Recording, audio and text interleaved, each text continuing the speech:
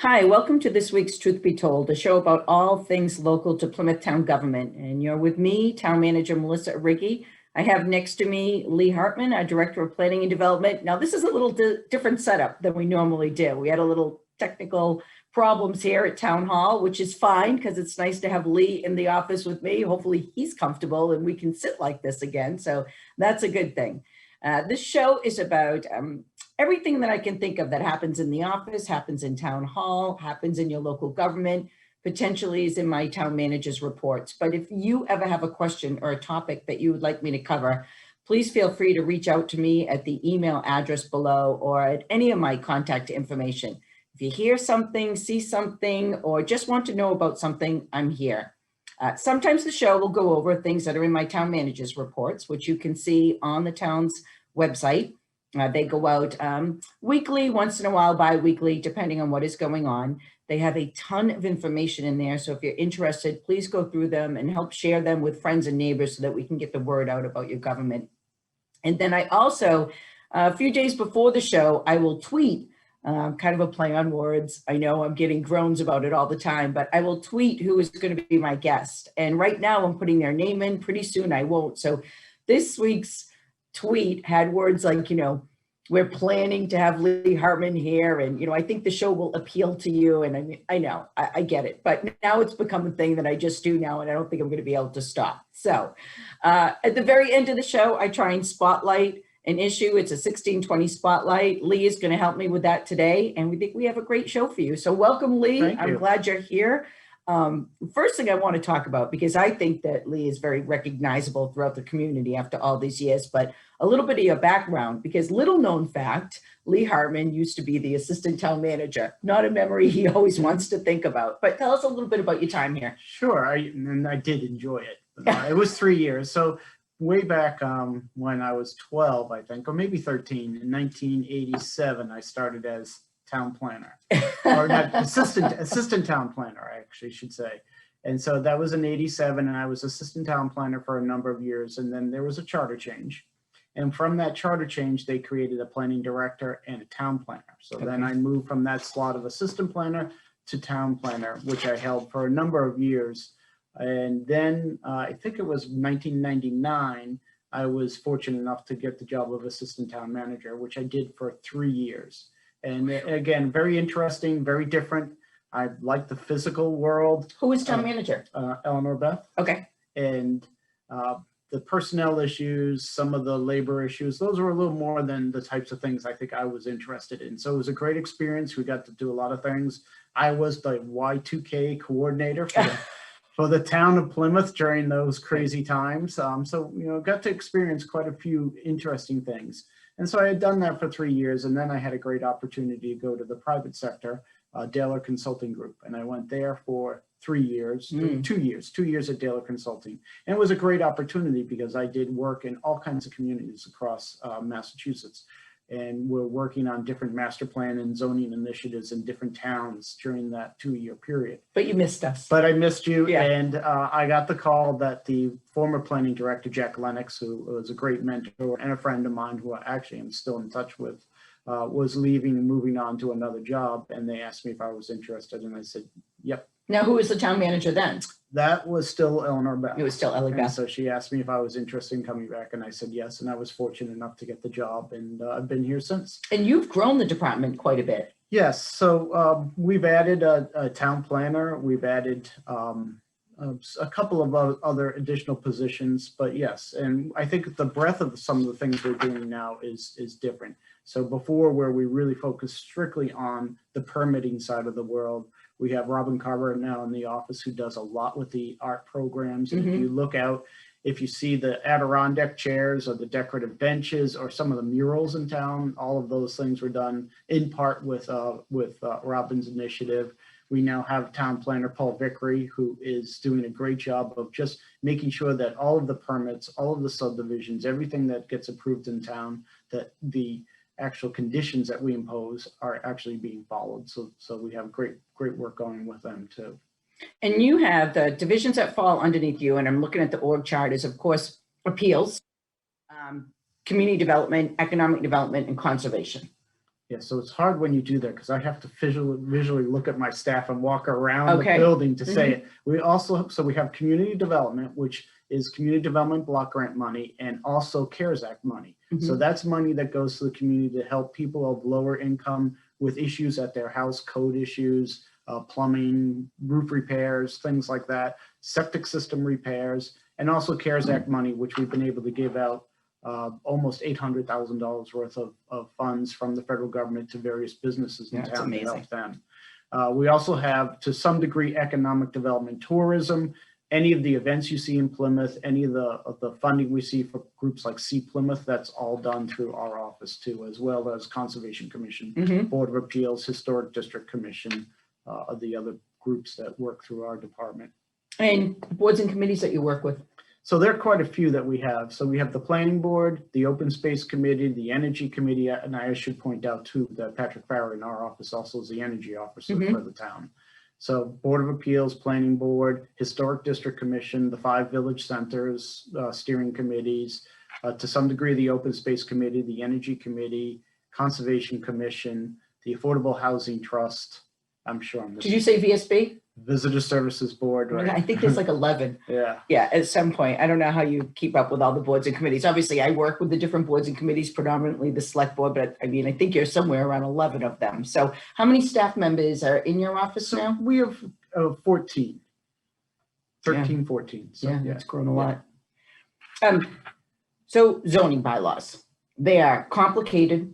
I think it was a couple years ago now, Lee, you did a whole, I don't want to say a revision, but you went through all the zoning bylaws, working with council, and you updated all of them because some of them were from, I don't know, 1970s or how has that helped? So it's helped a lot. It just cleans up the bylaw, and we do it constantly. Every town meeting, there's always some change that either the town or petitioner is proposing. So those changes over the years start to just kind of accumulate. And then at some point you start to look and you realize it's really not a good fit because we've done all these piecemeal changes. So it was good to take a comprehensive look, update it, bring it into the 21st century, and you have a bylaw now that, again, I think works better than the older one because it had been, like I said, hundreds and hundreds of additions since it was adopted in 72. You feel pretty confident that you know most of the zoning bylaws? Yeah, every once in a while I think I know more than I realize. And then I go back to the written word and you realize, oh, and you know, zoning is, every time you think it's black and white, there's always a gray area. And I should point out too, for those listening, that Massachusetts has some of the worst zoning enabling legislation in the United States. And so I know there are a lot of people out there frustrated with some of the things that happen in town, too much growth, not enough growth, too much residential development, too much commercial development, too much tree removal. And we share those same frustrations every day as many people in the public do. And the problem in Massachusetts is our bylaw, our enabling legislation, the laws the state lets us work under are horrible. They're one of the worst sets in the United States. So our hand is tied in so many ways. There are so many creative things we could do, but you just can't do them in Massachusetts. Yeah, because it's hard for that average person at home to understand how we can condone clear cutting a bunch of trees to put up solar. So something that is supposed to be good for the environment, but then we clear cut trees. Right. But that is sort of outside what we can control in many ways, or they don't understand why we take all this great commercial development. And next thing you know, you see that residential is all through it and maybe just only a portion of it is commercial. If we want to raise that commercial tax base, why would we allow that? Because it can be allowed. Yes. And one of the other examples that you always hear about is why don't we have windmills everywhere? Well, because if you're in the neighborhood where the windmill is going, there is a lot of protesting for that. But isn't it somewhat that with some of these energy initiatives, they can't be unreasonably denied? Right. And so that's a lot of the frustration. We have a thing called 40B in Massachusetts, and we have several of those right now in Plymouth, where if you don't have 10% of your homes in the whole town as affordable, and right now we're somewhere around 7.5%, that a developer is able to come in and override all of local zoning, conservation, everything else, and go for a one-stop permit. And it's very difficult to say no to those projects. Same thing with when it comes to solar.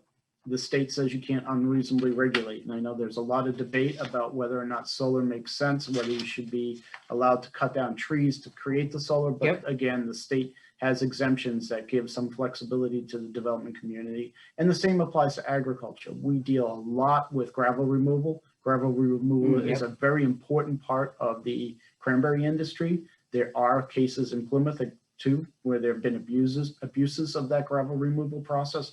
But again, always balancing the state exemption for agriculture and that incidental use of gravel removal is a very difficult thing in Massachusetts. Now, I've just heard, as a matter of fact, I was reading my emails last night and I saw an initiative to make reach 20% of our property as open space. Have you seen that yet? No, I have not.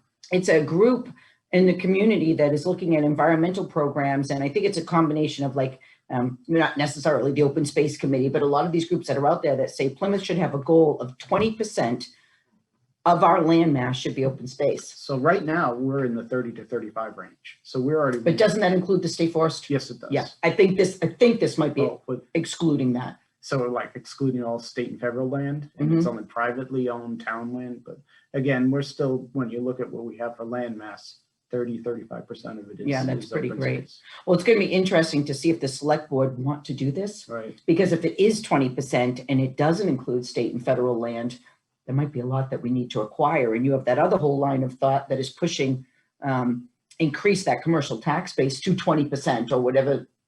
You know, different people have different visions of what they would like to see it at.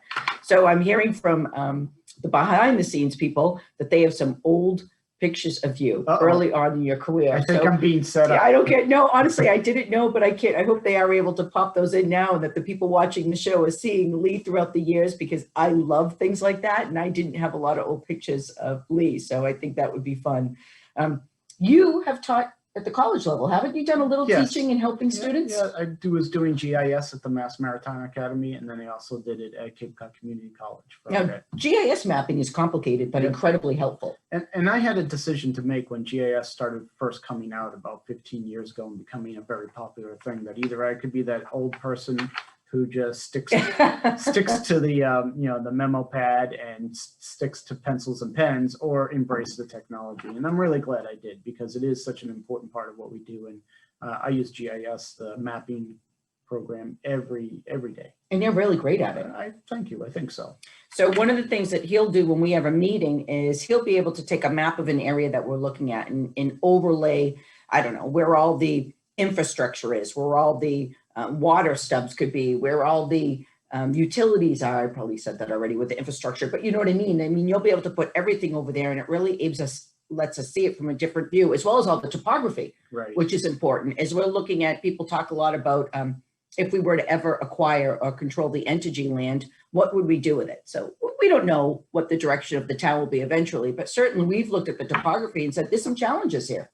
And on every project we look at through the department, there are things like rare and endangered species at the state, wetlands, flood zones, a number of natural things that we need to make sure are being protected. So every project we use GIS to look at those locations and make sure that if there are issues, that we bring those to the I know that board's natural attention. heritage has come up a ton. When we were looking at the 1,500 acres, South Plymouth, when we were looking at that, you did that kind of mapping, because we know there's all portions of that will most likely never be developable because of that overlay. Yeah, that was an interesting exercise. And we estimate that about 70% of that land would have to be set aside as permanently protected open space. Right. So if they call it 1,000 acres, the town doesn't own 1,000, but even if it was 1,000, at a minimum 700 acres of that would have to be set aside as permanently protected open space. And that is unlikely going to change. Right. Yeah. Okay. I want to talk a little bit about the number of ponds. I'm going to show up a slide right here that you did for me. It just gives highlights of the town. A coastline, 26 miles of coastline, population. But one of the things you put in there was the hundreds of ponds. And does anybody know how many we have? Growing up, I always heard 365. So it's funny. I used to always say there's no way we had 365. I would have said we were in the high 200s, but not 365. So it really comes down to what you define as a pond. Is it an acre in size? Is it half an acre in size? Is it typical planner? You have to get all detailed on what it means. Depending on what your definition is, but I think as I look at GIS, I can confidently say there are 365 ponds in the town of Plymouth.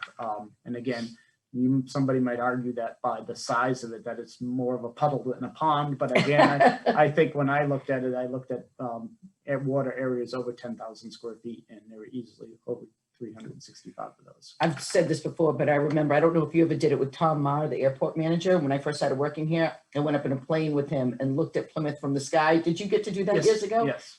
It's shocking how much water when you see it from that point of view, and how large it is. I think this next map that we're putting up here shows an overlay. I don't know if you remember it, Lee, because I don't have it in front of me, with the red line. Yeah.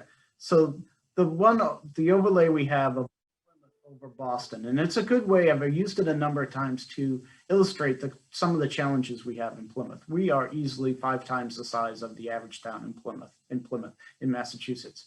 And when you look at that map, you can see that we superimpose the geographic area of Plymouth over Boston. And it goes all the way up into Waltham, all the way down into Canton, includes most of Boston. So you can really see how big we are geographically compared to a community like Boston. And I've actually done that before, where we've had delegations from China or delegations from the UK, and I've superimposed Plymouth over their communities too. And it's very telling. Oh, I bet they love that. See what it looks like compared to their communities. Right. The next map that you're showing, that we're showing here, is the open space. Do you remember that one with the 20%? So there are 2 maps we have here. One shows what's the natural heritage that we referred to. And so basically in that map, there are a number of different colors. And I think the simple thing is that if there's color, that means that there's some environmentally sensitive animal or plant that's on that. And if you look at that, we have, I think, 25% of all of the rare and endangered species that are found in Massachusetts. 25% of them are found in Plymouth. So when you look at the statewide map, you can see that Plymouth just really jumps out as a really big area for rare and endangered species. And then the second map I showed, and again, it kind of goes back to your earlier comment about 20% open space.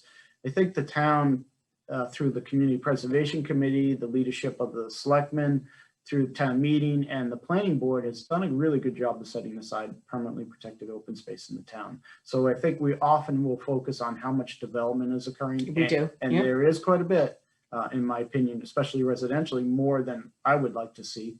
But we also are able to, and have been able to, create quite a bit of open space too. And when you look at the residential developments, River Run is a good example. Although they may have 1,200 homes being built, there are 1,600 acres of permanently protected with that development. So in almost every development that we see being built, we are protecting quite a bit of open space along with that.